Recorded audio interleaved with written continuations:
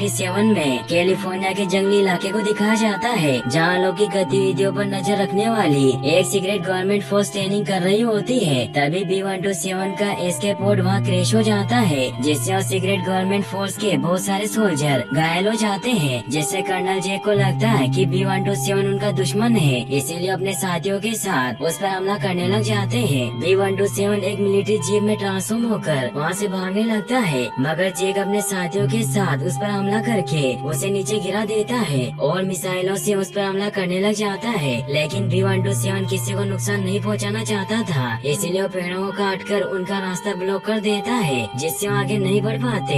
मगर B-127 भी वहाँ पहाड़ों के बीच फंस जाता है और वो माइन के अंदर जाने की कोशिश करता है, लेकिन जेक अपने साथियों के साथ उस पर हमला करके उसे चारों तरफ से घेर लेता है। तो भी उन सभी से कहता है कि आपको गलतफहमी हुई है, मैं आपका दुश्मन नहीं हूँ। तभी वहाँ एक जेट आने लगता है और जेक को लगता है कि वो एयरफोर्स है, लेकिन वो ब्लिटरिंग नाम का एक डिसेप्टिकॉन होता है जो B-127 को मारने आया था। इसीलिए वह मिसाइल से हमला कर देता है, जिससे पूरी मिलिट्री फोर्स मारी जाती है। बी उससे फाइट करने लग जाता है, लेकिन उसे पहाड़ों के ऊपर ले जाता है और उससे बाकी ऑटोबॉट्स के ठिकाने के बारे में पूछता है, लेकिन बी उसे कुछ नहीं बताता। तो गुस्सा होकर ब्लिटरिंग उसके वोकल कोड को फाड़ देता है ताकि वो फिर कभी बात न कर पाए और उसे पहाड़ों से नीचे गिरा देता है। लेकिन B-127 अभी भी जिंदा होता है, इसीलिए ब्लिटरिंग उसे पूरी तरीके से खत्म करने के लिए नीचे आता है, मगर भी मिसाइल से उस पर हमला करके उसे डिस्ट्रॉय कर देता है। वही जेक भी जिंदा होता है, लेकिन वो बुरी तरीके से घायल हो चुका था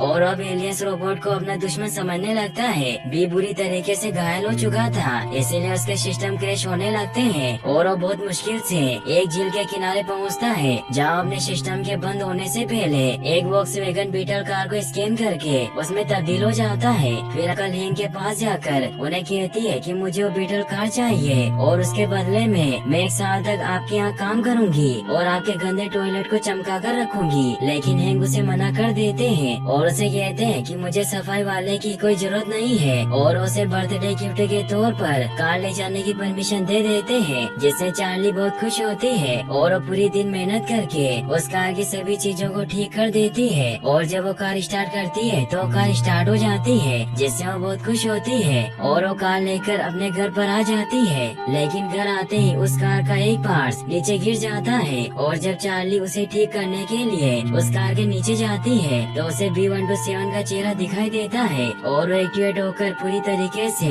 ऑटोबॉट में बदल जाता है, जिससे चार्ली हैरान हो जाती है। वो दोनों एक दूसरे को देखकर डरने लग जाते हैं, क्योंकि B-127 की मेमोरी पूरी तरीके से खराब हो चुकी थी, इसीलिए वो चार्ली से डरकर वहाँ छिपने लगता है। चार्ली से काफी हैरान होती है, तभी वहाँ उसकी माँ भी आ जाती है, लेकिन भी वापस से कार में ट्रांसफॉर्म हो जाता है, जिससे उन्हें कुछ पता नहीं चलता। और वो चार्ली से पूछती है कि तुम ये कार कहाँ से लेकर आई हो, तो चार्ली उन्हें बताती है कि ये कार मेरी है, जिसे अंकल हेंग ने मुझे गिफ्ट किया है। तो सैमी उसे कहती है कि ये मॉडल सेफ नहीं है और तुम कुछ भी लाने से पहले मुझे बता दिया करो, क्योंकि मैं तुम्हारी माँ हूँ। ये कहकर वहाँ से चली जाती है। उनके जाते ही भी वापस अपने ऑटोबॉट रूप में आ जाता है, लेकिन अभी भी चार्ली से डर रहा होता है। लेकिन चार्ली उसे विश्वास दिलाती है कि मैं तुम्हें कुछ नहीं करूँगी, जिससे वो चार्ली के पास आ जाता है और उन दोनों में दोस्ती हो जाती है।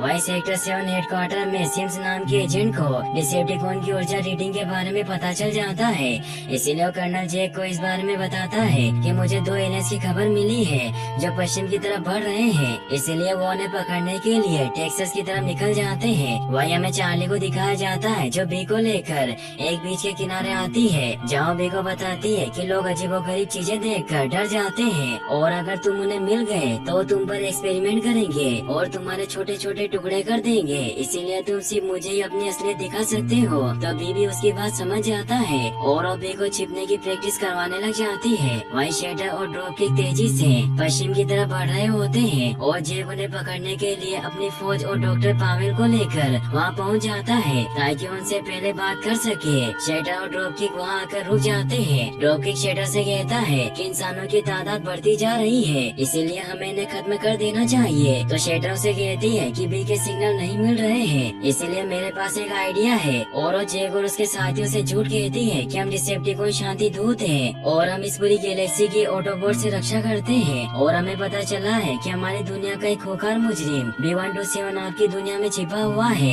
इसीलिए हम आपकी अर्थ का सैटेलाइट व्यू कंट्रोल करना चाहते हैं ताकि हम उस मुजरिम बी को पकड़ सके। लेकिन जैक सैटेलाइट व्यू देने से इनकार कर देता है, मगर डॉक्टर पावेल उनकी बातों में आ जाता है और उसे लगता है कि वो सच कह रहे हैं। इसीलिए उन्हें कहता है कि हमें इसके लिए थोड़ा वक्त चाहिए क्योंकि हमें अपने जनरल से बात करनी होगी। वही चार्ली बी के साथ जंगलों में घूम रही होती है, लेकिन तभी बी की बॉडी से स्पार्क होने लगता है। इसीलिए जब चार्ली उसे ठीक करने के लिए उसके पार्ट्स खोलती है तो इससे ऑप्टिमस प्राइम का मैसेज एक्टिवेट हो जाता है, जिसमें ऑप्टिमस प्राइम बी को कहते हैं कि ये जंग अभी भी जारी है और मुझे उम्मीद है कि प्रति सुरक्षित होगी और तुम हमारे लिए वहाँ बेस तैयार कर रहे होगे। इस सिग्नल की वजह से बी को फ्लैशबैक आने लगते हैं जब ऑप्टिमस प्राइम ने बी और बाकी सभी को साइबरट्रॉन से निकाल दिया था और वो खुद वहाँ डिसेप्टिकॉन से फाइट कर रहे थे। चार्ली इस बारे में बी से पूछती है कि ऑप्टिमस प्राइम कौन है और वो किस जंग की बात कर रहे थे, लेकिन बी को कुछ याद नहीं आता।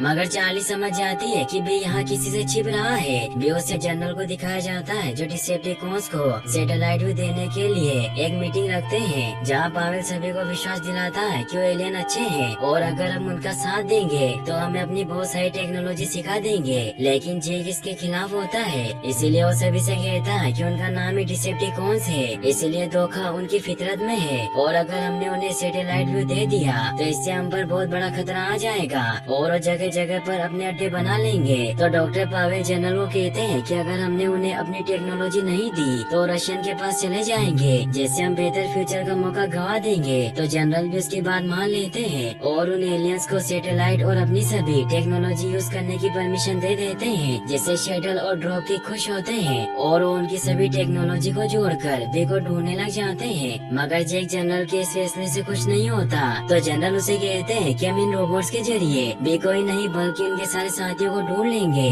जिसके बाद में तुम्हें इन सभी एलियंस को खत्म करने की परमिशन दे दूंगा, जिससे हम फिर इन पर एक्सपेरिमेंट करेंगे। तो इससे जेक भी खुश होता है। वैसा होकर मेमो के साथ बी को लेकर वहाँ से निकल जाती है, लेकिन रास्ते में जेक अपने साथियों के साथ उन्हें घेर लेता है। तो चार्ली बी को कुछ भी हरकत करने से मना करती है, लेकिन जब जेक के साथी चार्ली और मेमो को पकड़ लेते हैं तो बी को गुस्सा आ जाता है और वो चार्ली को बचाकर वहाँ से नीचे कूद जाता है और वो दोनों वहाँ से निकलने लगते हैं। लेकिन तभी आगे से शेटर और ड्रॉपकिक आ जाते हैं जो उन पर हमला कर देते हैं, जिससे वो दोनों दूर गिर जाते हैं। बी चार्ली को बचाने की कोशिश करता है क्योंकि उसे कुछ याद नहीं होता कि उस पर क्यों हमला कर रहे हैं। शेटर बी से ऑप्टिमस प्राइम के बारे में पूछने लगती है, लेकिन तभी जेक वहाँ आकर इलेक्ट्रिक शॉक गन से बम्बलबी को बेहोश करने लग जाता है। चार्ली उन्हें ऐसा करने से रोकने लगती है, लेकिन वो भी शॉक लगने की वजह से बेहोश हो जाती है। चार्ली की जब आँख खुलती है तो अपने घर पर होती है और जेक चार्ली पर झूठा आरोप लगाता है कि वो कार सरकारी प्रॉपर्टी है और चार्ली ने उसे चुराया है। चार्ली अपनी माँ को बताती है कि मैंने कुछ नहीं चुराया, वो मेरा दोस्त है। तो जेक उन्हें कहता है कि वो इसका दोस्त नहीं बल्कि एक खतरनाक वॉर मशीन है। सेली चार्ली की बातों पर विश्वास नहीं करती और उसे रूम में भेज देती है, लेकिन चार्ली अब डिसाइड कर लेती है कि अपने दोस्त बम्बलबी को बचाकर रहेगी। इसीलिए वो तैयार होकर चुपके से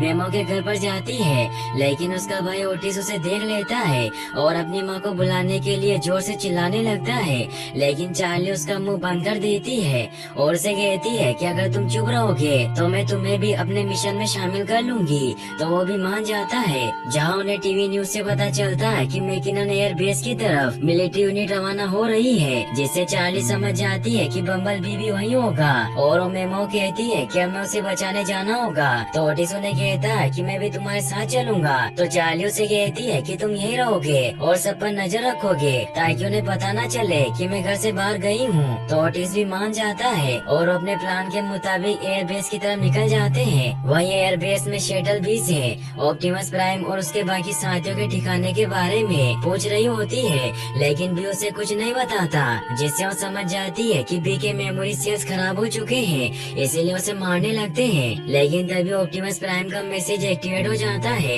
जिसमें ऑप्टिमस प्राइम कहते हैं कि हम डिसेप्टिकॉन से मुकाबला जरूर करेंगे और अपने घर साइबरट्रॉन को फिर से हासिल करके रहेंगे, इसीलिए मैं भी जल्दी वहाँ पर आ रहा हूँ। इससे शेटर भी समझ जाती है कि सभी ऑटोबोट्स यहाँ आ रहे हैं, इसीलिए ड्रॉपकिक से कहती है कि हम मिलकर ऑटोबोट्स के साथ साथ पूरी अर्थ को तबाह कर देंगे, जिसके लिए हमें पासी के टावर से साइबरट्रॉन से कांटेक्ट करके अपनी आर्मी बुलानी होगी, जिससे हम इस दुनिया को खत्म कर पाएंगे। डॉक्टर पावेल उनकी ये बातें सुनकर समझ जाता है कि डिसेप्टिकॉन्स बुरे रहे हैं। इसीलिए वो जेक से कांटेक्ट करके उसे बताता है कि हम एलियंस के बारे में जैसा सोच रहे थे वो वैसे नहीं है और वो सैटेलाइट की मदद से सिग्नल भेजकर अपनी आर्मी बुला रहे हैं। उनकी बातें शटल भी सुन लेती है और वो डॉक्टर पावेल को खत्म कर देती है।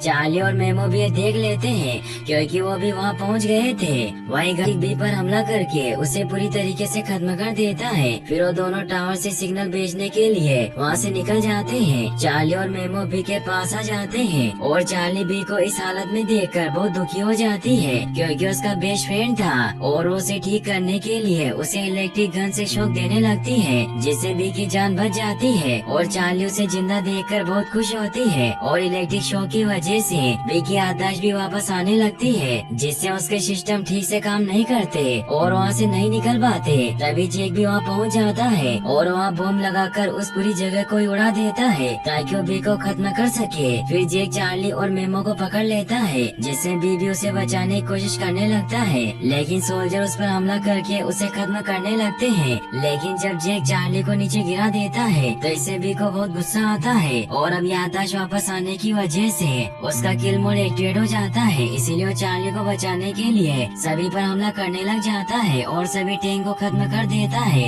जिससे सभी सोल्जर वहाँ से भाग जाते हैं। वही चार्ली उसका ये रूप देखकर काफी डर जाती है और वो बी को शांत करती है। तभी मेमो भी वहाँ आ जाता है और चार्ली बी को कहती है कि हमें यहाँ से निकलकर किसी सुरक्षित जगह पर जाना होगा लेकिन भी उसे टावर दिखाकर टेप के जरिए बताता है कि मुझे उन्हें रोकना होगा वरना वो सभी को खत्म कर देंगे। तो चार्ली भी उसकी बात मान लेती है और वो दोनों डिसेप्टिकॉन को रोकने के लिए निकलने लगते हैं और मेमो वही आर्मी को रोकने के लिए रुक जाता है। चार्ली मेमो को किस करती है क्योंकि वो भी अब उसे पसंद करने लगी थी। वही आज शटल और ड्रॉपकिक अपनी सेना को बुलाने के लिए सिग्नल भेज रहे थे भी उन पर हमला करने लग जाता है जिससे ड्रॉपकिक और बी के बीच फाइट होने लग जाती है। चार्ली उस टावर पर चढ़ने लग जाती है ताकि वो सिग्नल को भेजने से रोक सके। वहीं भी ड्रॉपकिक से लड़ रहा होता है और वो किसी तरह एक चेन की मदद से उसे खत्म कर देता है। तभी जेक भी वहाँ पर हेलीकॉप्टर लेकर पहुँच जाता है और वो शटल पर हमला करने लगता है लेकिन उस पर ही हमला कर देती है जिससे जेक का हेलीकॉप्टर क्रैश होने लगता है लेकिन बी उसे बचा लेता है जिससे जेक की जान बच जाती है और जेक समझ जाता है कि बी एक अच्छा ऑटोबॉट है। वहीं चार्ली टावर पर पहुंच जाती है और सिग्नल को अपलोड होने से रोकने लग जाती है लेकिन शटल उसे देख लेती है और उस पर हमला करने लगती है लेकिन भी शटल पर हमला करके उसे बचा लेता है जिससे वो नीचे गिर जाती है और चार्ली उस सिग्नल के पावर सोर्स को अलग करके उस सिग्नल को रोक लेती है जिससे शटल बहुत गुस्सा होती है और वो बी को मारने लग जाती है और बी को कहती है कि तुम्हें मारने के बाद मैं उस लड़की को खत्म कर दूंगी लेकिन भी चालाकी से वहाँ बने डैम को तोड़ देता है जिससे शटल शिप से टकराकर खत्म हो जाती है लेकिन इससे बी भी पानी में डूबने लगता है। ये देखकर चार्ली अपने डर को बुलाकर पानी में छलांग लगा देती है और बी को बचाकर बाहर ले आती है। जेक चार्ली को कहता है कि तुम बी को लेकर यहाँ से निकल जाओ क्योंकि मेरी यूनिट के लोग यहाँ पहुँचने वाले हैं और इसे खत्म कर देंगे लेकिन मैं जान गया हूँ कि बी बुरा नहीं है। तो चार्ली उसे थैंक्स कहती है। फिर वो दोनों वहाँ से निकल जाते हैं। चार्ली बी को सैन फ्रांसिस्को के बाहर एक जगह ले आती है जहाँ उसे कहती है कि अब तुम्हारे जाने का समय आ गया है क्योंकि तुम्हारे दोस्तों को तुम्हारी जरूरत है जिससे वो दोनों बहुत इमोशनल हो जाते हैं। वे अपने कैमरों से एक न्यू कार को स्कैन करता है और उस रूप में बदलकर वहाँ से निकल जाता है और अब चार्ली का भी बर्ताव बदल गया था और वो अपनी मॉम भाई और रोन के साथ खुशी से रहने लगती है और यहीं पर ये मूवी